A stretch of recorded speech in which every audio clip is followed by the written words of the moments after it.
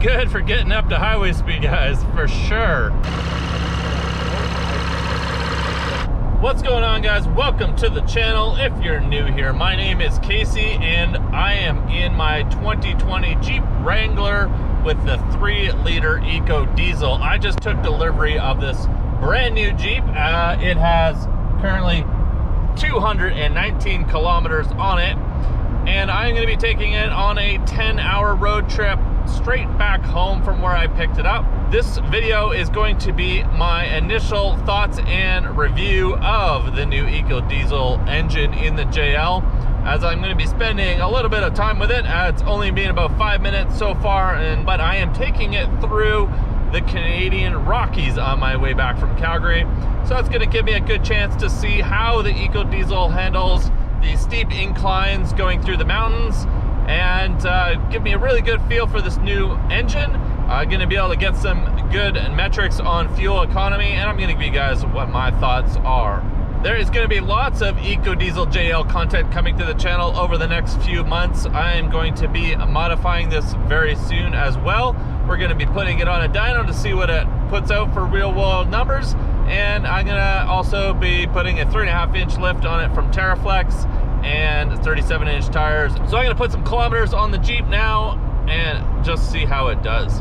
But my initial first thoughts of the Jeep are, as far as JLs go, it handles like a JL, and it's stiff and it wanders on the road a little bit just like any other JL or Jeep would. I think if you're buying Jeeps, you're not buying them for their sportiness and high-speed handling. The diesel motor is very quick though. It is very fast off the line, very torquey, accelerating, and it really gets up and goes on the on-ramp or whether you want to pass someone. That's just my initial first impression so far. Let's put some kilometers on it and I'll share some of my feedback with you guys.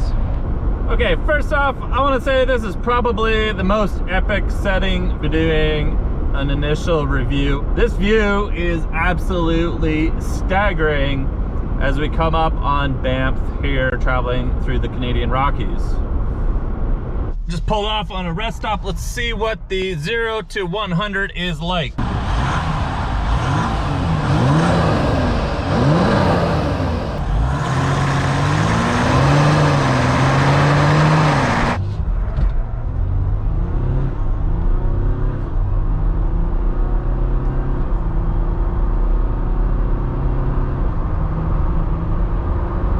That was pretty much to the floor. That's pretty good for getting up to highway speed, guys, for sure. So the diesel just has no problem climbing up these steep grades. We're cruising by, no problem. I'm gonna get ahead of this truck here. Little gas, just no struggle at all from the diesel. Really effortlessly passing other vehicles on these steep inclines. Except now we're gonna get stuck behind a semi. You could hear the turbo picking up a little bit on that climb, but that was a fairly steep grade. As you can see, these semis are just barely moving up here. We're down to about 40 kilometers an hour.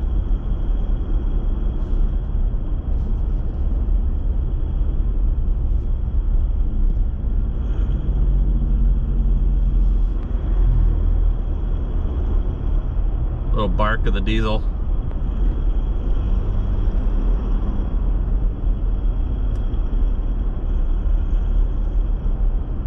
Such a strange noise and feeling to have just the low torquey diesel motor with that diesel clack in a Jeep. I love it, I love it. We're just heading downhill. This 8-speed transmission engine brake's really nice. I've just put it into 4th. Going between 4th and 5th, and no brakes having to go down here. 5th gear, just down this hill, no brakes, just letting the engine brake itself at about 40 kilometers an hour. Save some brakes and put the engine wear on. I actually have to accelerate to go downhill in 5th gear. I actually on the gas.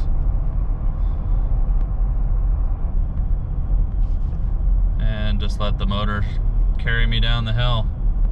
I think this would be really nice on the trails on some steep descent, so I don't have to ride the brakes all the time for a change.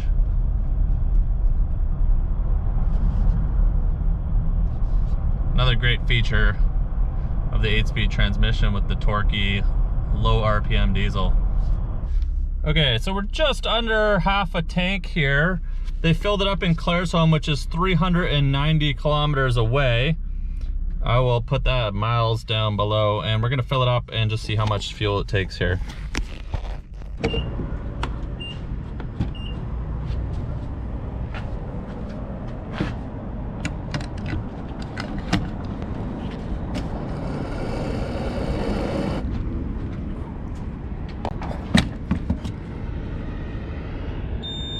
All right, so we just put in 40.7 liters of fuel, which this was filled up at the dealership, which is 390 kilometers away.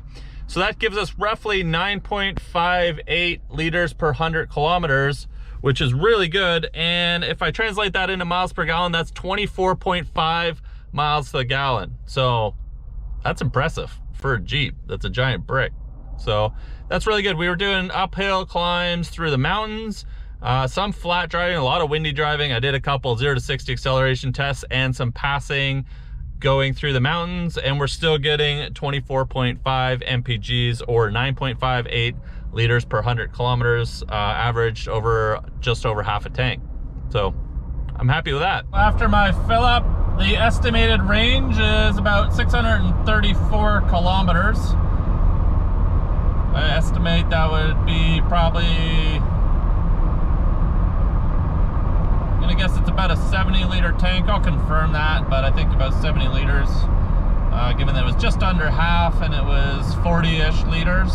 Yeah, about 630 kilometers range on a full tank, given my current driving habits, which is uphill and downhill, and as we just worked out, about 24-ish, 25 miles per gallon, or 9.5 liters per 100 kilometers. It's showing 9.8 liters per 100 kilometers right there. So the computer is pretty close to what I actually am getting with filling up the fuel. So how about noise? So far I found the diesel to be pretty quiet. Mostly, if the window's down, you can hear it, but most of the noise is when I'm in town or going slow. You know, you can definitely hear it idling at a light. The auto start stop is very abrupt, and yeah, just turn that off. We'll be disabling that with the Taser JL shortly, but as far as noise goes, most of the noise from the motor is maybe under 50 kilometers an hour. Even under heavy acceleration, you can barely hear it. You can hear the turbo whistling a little bit on some uphill climbs, but I don't really notice too much of it, and I've got the soft top too, so that's gonna cut a little bit less noise down. But overall, I found it quite quiet. Now I did notice, like in the parking lot when it pulled up,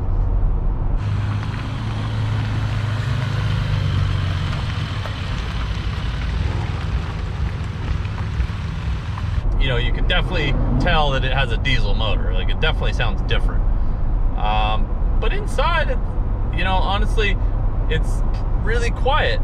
My 3.8 liter, if I was doing a hill climb like I'm climbing right now, it's way louder because it's just revving out, where, you know, I'm doing 90 kilometers an hour, climbing a hill at 2,000 RPM, no struggle at all from it whatsoever.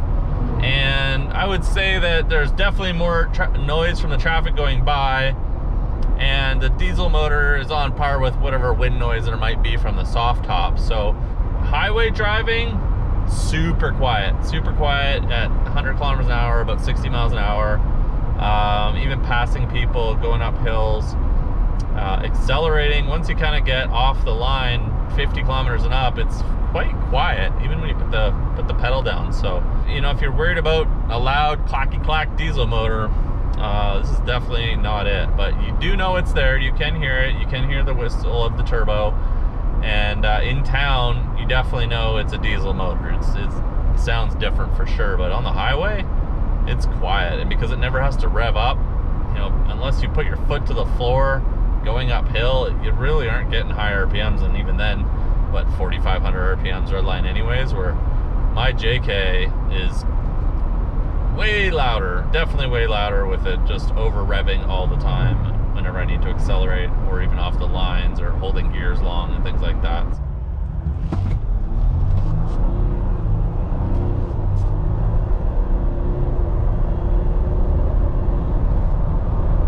So now, after 1,000 kilometers, almost back to Victoria, what are my final thoughts on the diesel? Well, I think it's something that the Jeep Wrangler has needed for a long time. Going back to the JKs, my 08 has the anemic 3.8 liter with automatic transmission, and Jeep definitely improved that a lot in 2012 by bringing the 3.6 liter Pentastar to the platform. In 2018, going to the 8-speed transmission gave a little bit more life to that 3.6 liter. And then they added the 2-liter turbo to the lineup. But I think now adding the 3-liter turbo diesel is sort of the pinnacle for motors in Wranglers in recent years. And I think if you're looking for the top of the top Wrangler, I think the EcoDiesel is definitely worth it. But it's definitely going to set you back a premium, just like any premium edition of any car would. I think if you're going to be looking at this to save money on fuel, I don't think that is the purchase you want to be making. But if you're looking to add a lift and larger tires and a bunch more weight to your Wrangler, the extra torque from that EcoDiesel is definitely going to come in handy. I think it's kind of eliminated one of the other big questions for aftermarket modifications, and that is doing an engine swap. As of right now, I don't see any need in the future to add a larger power plant if I add larger tires down the road. And at the end of the day, the diesel does sound pretty cool. If you want to know all of the ins and outs of the EcoDiesel itself, I did do a 2-minute everything you need to know EcoDiesel video a few months back. I'll put it up in the corner. And I hope you enjoyed this video of my initial thoughts with my road trip through the Rocky Mountains back to Victoria from Calgary. And I hope to see you guys very soon in the next upload.